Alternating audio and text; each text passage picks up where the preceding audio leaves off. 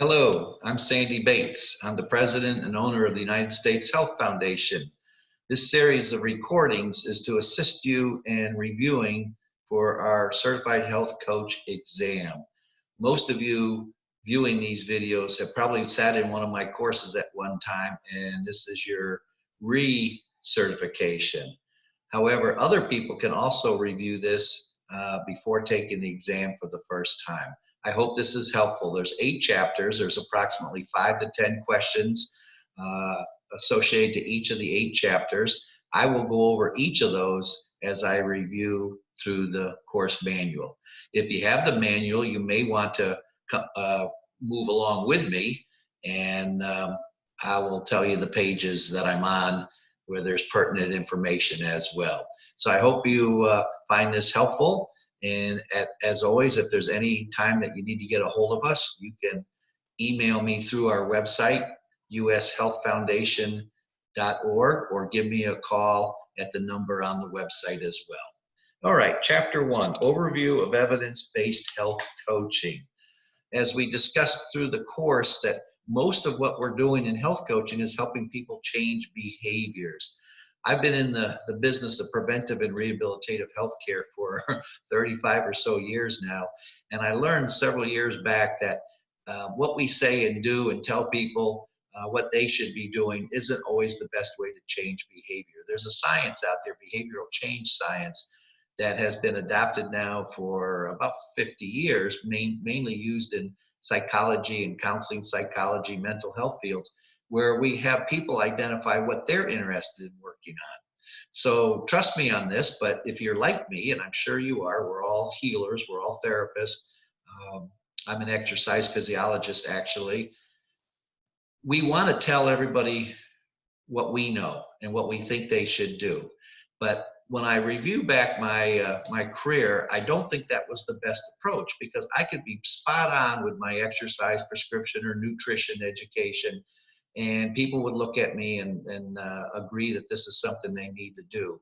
But what I found out is when I became certified as a health coach, using a technique called motivational interviewing, we can guide people to identify what they're interested in working on.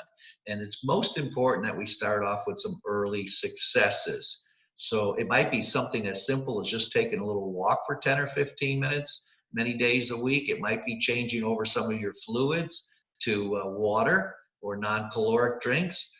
Or it may be just something as when you go shopping, you bring home some more fruits and vegetables to enjoy as your snacks or part of your meal. So you're very good at telling people what to do. One of the behavioral changes for you as a therapist is to start practicing some of the things that we've discussed in our class, if you haven't done so already. And for the purpose of this exam, it's very important that you understand motivational interviewing, the tools that we'll be discussing, and that you're assisting people in identifying their needs, desires, and goals, not yours.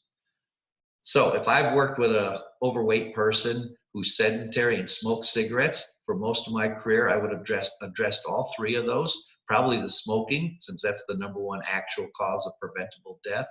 And then I would talk about nutrition and physical activity. And that was good education, but I don't believe it changed behaviors. I saw that in a number of places I worked, from the preventive side to the rehab side. So with an overweight sedentary smoker, after I've done a brief assessment, and you've learned that in my class how to do that, I would ask them a very simple question. From what you've learned, what more do you feel you could be doing to improve your health? That's a wonderful question, and questions are very powerful. You learn that in the class, and we'll review some of them today. But that's probably my favorite, after going over an assessment, asking people from what we just discussed or from what you just learned, what more do you feel you could be doing to improve your health? So that overweight sedentary smoker will look at me and thinking, well, I don't want to go to the gym. Everybody's always sent me to the gym for my exercise. I don't like that. And I'm certainly not going to go on a diet. I've been on many of those, and those don't work. And to be perfectly honest with you, diet and exercise are probably the 2 worst things you can discuss with somebody regarding behavioral changes, because most people have very negative attitudes toward both of those. And to be honest with you, you don't need to diet and you don't need to exercise. Physical activities, are the words that I use. What do you like to do, or what have you done in the past that's physically active? And then we can get start with there. And regarding diet, I don't like that word, because you would believe as I do that diets don't work. Diet is what we should be eating, not eating. So I like to use the word nutrition. Fuel is a good word, but it's probably a little too complicated for people. And when I talk about nutrition, one of the things I address first is fluid consumption. We drink a tremendous amount of calories. Okay, so what's going on in the world of healthcare besides the obvious right now? I'm filming this, and somebody down the road, maybe a year or so, will see this, and we're in the middle of a pandemic. I'm in my office at home right now recording this. But in general, what we've seen going on in the country is skyrocketing healthcare costs over the last several years. We're seeing a population getting older and older, and we know they cost a lot more money than younger people. Life expectancy in the country right now is for men 76 and women 81. That's a lot of money at that age in healthcare, much more than when we're in our 30s, 40s, 50s, and even 60s. And what we're seeing is an increase in weight. That's probably the largest variable, no pun intended, that we're having problems with. The pre-diabetes, the metabolic syndromes are occurring earlier and earlier in life, and we're seeing catastrophic consequences earlier and earlier in life, not later in life. So the expense is going up across the board, but much more so for people in their 70s and 80s. Tobacco use, as I mentioned, is the #1 actual cause of death, followed by inactivity, poor diet, and alcohol. The good news there is we didn't say anything about who you chose for your parents, your genetics. These are all modifiable risk factors. So we can do something about these. We can not smoke or smoke less. Vaping, I'm still not quite sure about that one. I think the jury's becoming more and more obvious that we have problems with that, and it's going to be more so, I believe, in the future. But poor diet and inactivity, those aren't that difficult to modify. And alcohol, there are some guidelines out there on a drink or two a day, and some suggest it may be beneficial. I will never encourage anyone to drink alcohol for health reasons. Healthcare costs, as I mentioned, are skyrocketing. We're well over $3 trillion right now. That is a test question, $3 trillion. But more importantly, wherever it is right now, it's estimated that 2/3 to 3/4 of our costs are related to our daily behaviors and lifestyle.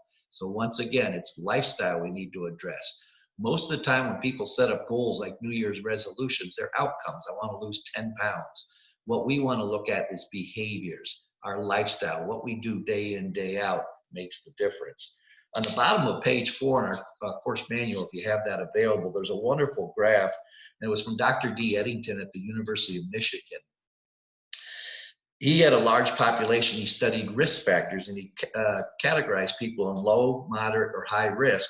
And in this chart, you can see the cost to the left and the age groups, and then the 3 categories. And it's very obvious when you have moderate or higher risk factors, regardless of your age, it's going to cost a lot more. That just makes sense, but this is a wonderful graphic to see that. In this country, we have a medical model. I like the wellness model that emphasized prevention. My graduate degree was in preventive and rehabilitative cardiovascular health, and during that time in college, I learned that prevention is a lot easier and a lot less costly. And we know that. And as I just mentioned a little while ago, 2/3 to 3/4 of our costs in this country are based on our lifestyle. So changing our nutrition from diets high in fat, sugar, total calories to one more whole foods, such as fruits, vegetables, grains, cereals, nuts, seeds, twigs, bark, grass, those type of things seem to be much healthier. There's not as many calories, and those types of foods have a lot of good nutrition with the micronutrients, minerals, and vitamins. Also, they're very high in fiber, which is a magic bullet in nutrition. Water and fiber are my 2 magic bullets. The recommended guideline for physical activity now is 150 minutes a week. That's simply 30 minutes, 5 days a week. And our studies suggest it could be 10-minute increments or 15. Going from sedentary to 150 minutes, you decrease your chronic disease risk in half. That's significant. You don't need to go to the gym and do Zumba for an hour. Great fun, great exercise. I'm not going to discourage it, but just moving. Most people are all or nothing. And when we go to the gym in January, we're done in February, maybe March. Finding a routine that you enjoy, a combination of physical activities. It could be walking, swimming, riding a bike, playing tennis, things along those lines. Health coaching is defined as a relationship between the client and the health coach with the objective of assisting the client with achieving his or her personal health and wellness goals. The key is assisting your client with their health and wellness goals. I like the word relationship as well, a collaboration, a partnership. All relationships have to be formed on trust, okay? And when you have a relationship that's a collaboration or a partnership, trust and rapport are most important. Behavioral change science studies tell us it takes 6 months to become part of and maintain a healthy lifestyle. When you're looking at nutrition and physical activity changes, it's not 21 days and you will succeed. It takes 6 months of practicing a behavior where it becomes part of your lifestyle. And I give some examples in my class of being on a cruise and at 5:30 in the morning going to the jogging trail and seeing all these people jogging on a cruise ship. That's part of their behavior. They know how they feel when they do that, and probably more importantly, they know how they feel when they don't do that. So we want to find things that we enjoy, are comfortable, doesn't cost a lot of money, close to home, maybe right out your front door. The goal of the health coach is to make the client self-sufficient in making necessary changes to their lifestyle. I know I've been successful as a health coach. When someone sets up a goal, I follow up with them 1 week later and they're doing it. Usually when we start off, like let's say that overweight sedentary smoker, he may look at me and say, I think I can walk after work for 10 minutes, maybe 15. I go, great. And I'll say, how often? I know I can do it 2 times, maybe 3 times between now and next week. I go, wonderful. So you would like to make that your goal to walk 10 or 15 minutes for 2 or 3 times between now and next week. And they go, yes. And I can see the relief on their face because I didn't send them to the gym and I didn't put them on a diet. My experience has been these people will come back and say, I went out the first day and I walked 20 minutes. I don't beat them up. I go, that's wonderful. One of the things I've learned in health coaching is I don't want people to feel like they're being pushed or judged. That doesn't build that rapport and trust. All right. Now, why did the guy say 10 or 15 minutes? He hasn't walked that long before, so he didn't have confidence he could do that. People have to have something that they believe is important to them, and they have to have confidence that they can do it. He walked 20 minutes because it wasn't that difficult. And he went out not 2 or 3 times, he went out 4 times, and actually one time walked 30 minutes. You feel better when you move. He got through that just making the effort to go do something and realize it wasn't that difficult. Some evidence-based health coaching numbers here. You know the World Health Organization, they estimate that 80% of our #1 killer, heart disease, stroke, type 2 diabetes, and 40% of cancer could be avoided through a healthier diet, regular physical activity, and the avoidance of tobacco use. That's incredible. Those are large numbers. 80% of our #1 killer, 40% of #2. To work, health coaching should be patient-centered, as we discussed, and it needs to be effective.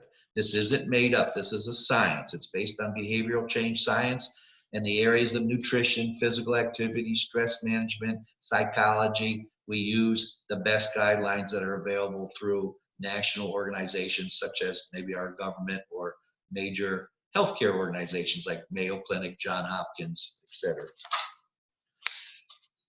The tool that we use, I mentioned at the start of this video here, was motivational interviewing. This is the only technique that's been fully described and consistently demonstrated as causally and independently associated with positive behavioral outcomes.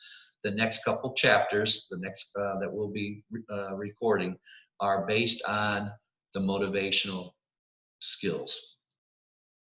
So coaching-based approaches have value that they put the focus squarely on the patient and his or her goals.